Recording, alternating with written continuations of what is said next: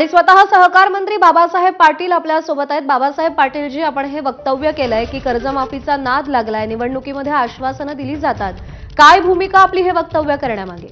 काल जळगाव जिल्ह्यामध्ये चोपडा या ठिकाणी 4थ्या बँकेच्या शाखेच्या उद्घाटनाप्रसंगी तिथे गेला असताना ग्रामीण भागामध्ये जर आपल्याला अर्थव्यवस्था बळकट करायची आहे, शेतकऱ्याच्या जीवनामध्ये आर्थिक क्रांती घडवायची असेल तर पश्चिम महाराष्ट्रामध्ये गोकुळ सारखी व्यवस्था, दुधाची व्यवस्था खूप मोठ्या प्रमाणात केलेली आहे।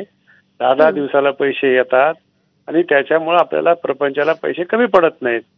मग अर्बन बँक असो, पतसंस्था असो, माझ्याही मतदारसंघात माझीही पतसंस्था आहे, बँक आहे, आम्ही देखील दुधाच्या व्यवसायासाठी पैसे दिलेले आहेत। ही या बँकेतून, या पतसंस्थेतून जे आपण कर्ज देणार आहोत याला कर्जमाफीचा लाभ मिळू शकत नाही, असं एवढं मी त्या ठिकाणी बोललो होतो। मी शेतकरीच आहे आणि कोणाच्या भावना दुखावल्या असतील तर मी दिलगिरी व्यक्त करतो। पण कर्जमाफीचा नाद लागलाय म्हणजे नेमकं काय? कोणाला उद्देशून तुम्ही बोलत होता? बाकीचे लोक जे काही राजकारण करतात, कुठेही विरोधक, त्याच्या संदर्भात असं मला एवढंच म्हणायचं होतं। कोणी कर्जमाफीवरून राजकारण केलं? नाद लागलाय, शेतकऱ्यांची कर्जमाफीची अपेक्षा आहे आणि वाटेकडे डोळे लावून बसलेला आहे शेतकरी कर्जमाफीच्या घोषणेच्या, आणि अशात तुम्ही हे वक्तव्य करता, काय समजायचं? नाही समजायचं